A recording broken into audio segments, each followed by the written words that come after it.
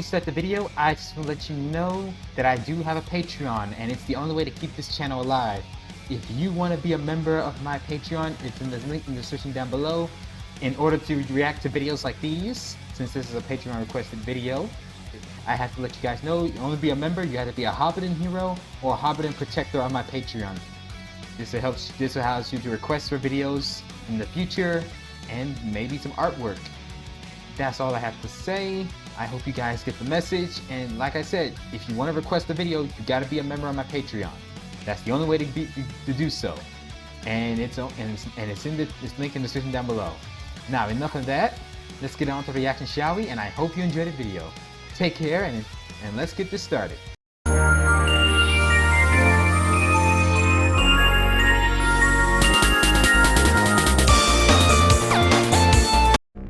What is up, YouTube? Frosty Hobidon here, and today I'm back with another reaction video for all of you. This one is by Nevin Punzel. We're going to the Storytellers Fallout Season 1 Episode 9, Great Cons. And I'm once Keru to join me here today. And I hope you can react with me, Keru. Of course, son. Of course I'm happy to react with this. Once this is done, I gotta get back to my routine. My control routines. Oh, don't worry, you will be. Right now, it's another Storyteller. And we're gonna watch this Storyteller. So hope you enjoy it. Alright. These are fascinating. Learn about the world of Fallout. Indeed. If you haven't checked out the original video, I'll leave a link in the description down below. Go check those out before you come see my reaction first. And then you can come back and react together. Make sure to like, comment, subscribe, and hit that notification bell. And also, if you want to help support the channel, just Patreon, be a member of the Patreon. It's only $1 a month. $1 a month it helps keep the channel alive. As many people as possible as you can. I appreciate all the help and support. If you want new reaction videos, let me know by liking and subscribing. As always, let's get on to the action, shall we? 3, 2, 1, go! You've experienced the Fallout series in your own way, but want to learn more about its story. Well, to get to the heart of the story, you have to go back to the beginning. Alright, back to the beginning, huh? We already heard that scene before. Is it going to keep saying it every time? Short answer, yes. Present by Shoddy Cass. Chapter 9. Great Cons. Cons is a king, right? This is Sally. 6 months ago, Hey, Sally was an ordinary girl who enjoyed baking chipmunk. cupcakes with Mom. But, actually, why are you still selling them? If they make children dumber. Oh! At night, the wasteland is dotted with towns that light up the darkness. Each one is some settler's attempt at rebuilding civilization. He just shot a The child. wasteland holds endless wonders and mysteries. You'll never see them from within the walls of one village. Life on the road doesn't leave time for growing crops or hurting shooting ramen, a child. so Red some flag. people survive by taking what they need. Such predatory behavior is hardly commendable, but it does take strength to live the life of a raider, and who doesn't respect strength?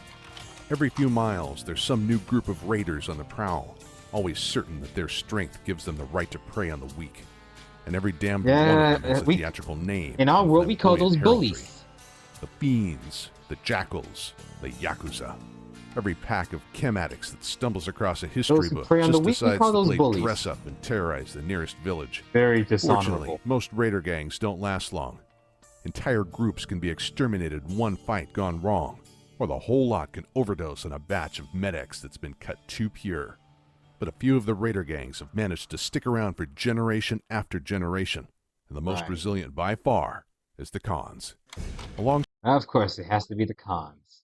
Alright, let's get a lesson about the Cons here. Time ago, many years before even the Great War, there was a place called Mongolia, home of the Cons, some of the toughest warriors the world had ever seen.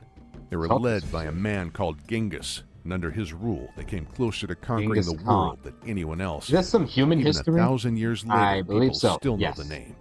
The Khans of the modern wasteland aren't actually descendants of the originals from Mongolia.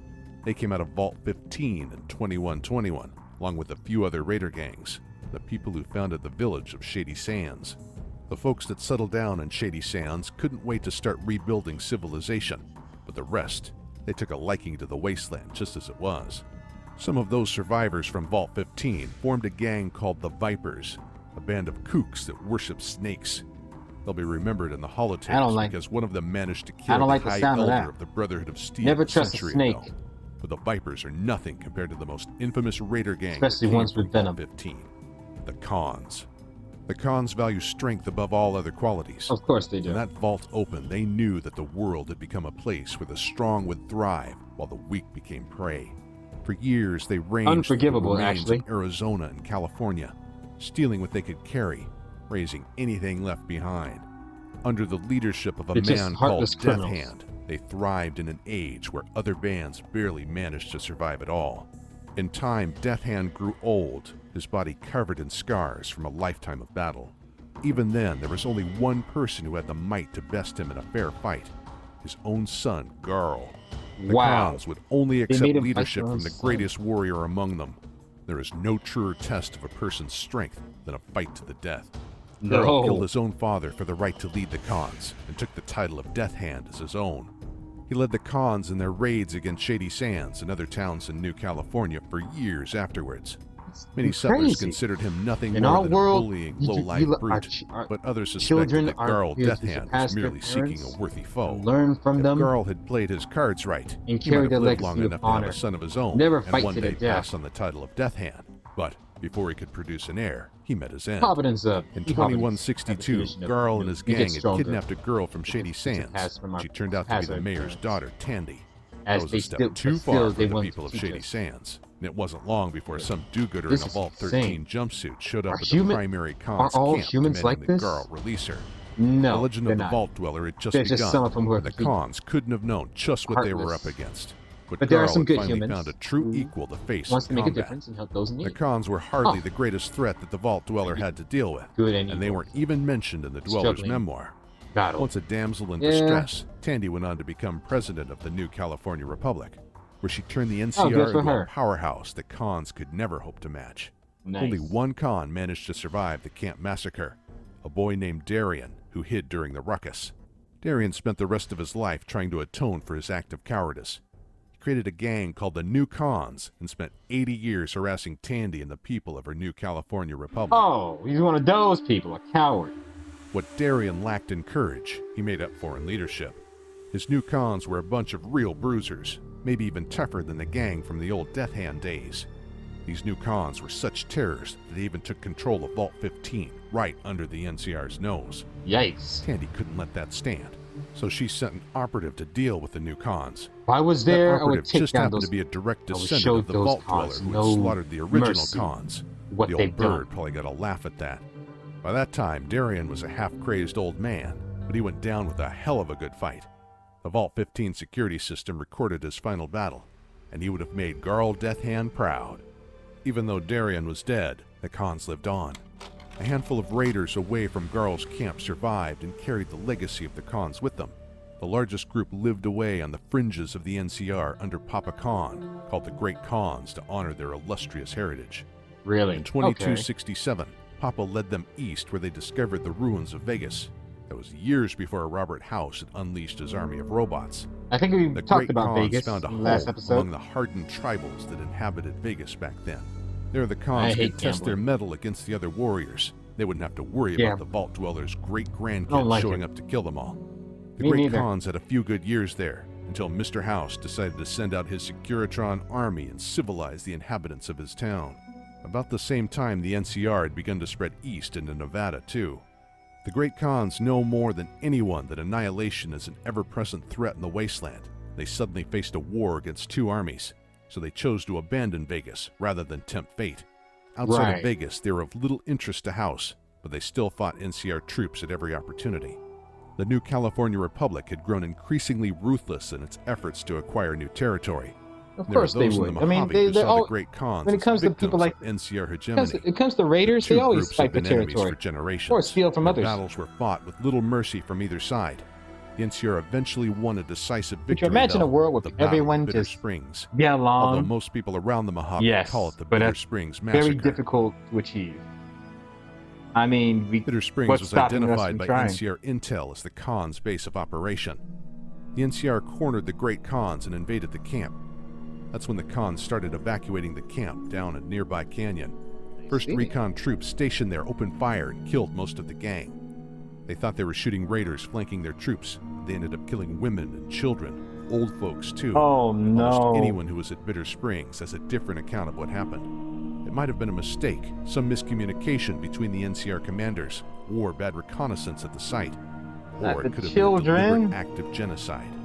More than a few NCR troops just walked away from the army after that. Suffer? Even if the massacre can be blamed on bad intel, the soldiers who pulled the trigger still had to hold themselves accountable for their own actions. Some of them have taken jobs as mercenaries protecting towns. Reminds me of my past. Get them drunk enough and they might talk about what they did at Bitter Springs. Being that destroyed our home Most planet, of them are drinking just so they can forget. The Khans, of course, can never forget Bitter Springs. The massacre left the Great Khans of broken people. The ones that survived limped away to the west, way out in Red Rock Canyon. There, the Great Khans are out of the way of the NCR and New Vegas. They lack the brute force and numbers to survive as raiders like in the old days. And now they make a living by manufacturing chems and selling them to other raider gangs. Of course. Papa Khan is aware of just how far his people have fallen, and the NCR bears the full weight of his wrath. He has even accepted envoys from Caesar with hope that joining the Legion will allow him some final act of revenge against the NCR in the coming war. A fool's hope, but that might be all that the once great Khans have left. They have little choice but to hide in their canyon, lamenting their lost power. Still, even a group of broken-down chem dealers have it pretty good when compared to some people in the wasteland. If you can call them people. There are wretches out there who are happy just to have skin that isn't rotting off their faces. But that is a story for another day. Oh, okay. Like that. Next episode, huh? Well, that was Fallout episode 1, episode 9, season 1, The Great Khans. Okay, glad we don't have those in our world. Well, maybe a few of them, but we're keeping them in check as well as we're leaving. But anywho, thank you guys for watching. I hope you enjoyed this reaction video. Leave a like, comment, subscribe. What were your thoughts on this? Let me know in the comments down below. Thank you for being here, Keru. Nope, not a problem at all. I gotta go now, because can't keep my troops waiting. See you, everyone. Thank you for the reaction. Oh, and thank you, Nevin Punzel, for having me invited. Alrighty, guys, take care. Be safe, and most importantly, stay frosty and stay healthy out there. Catch you all later, and make sure to wash your hands. I want to say a special shout out to my following Patreons and fellow new Patreons members here.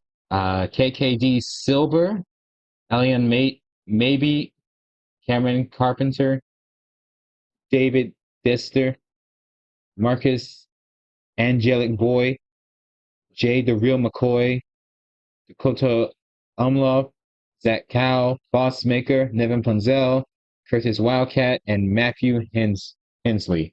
Thank you for your support, for following Patreons of the Hobidon Squad. I look forward to seeing y'all in the next video. He's an asshole.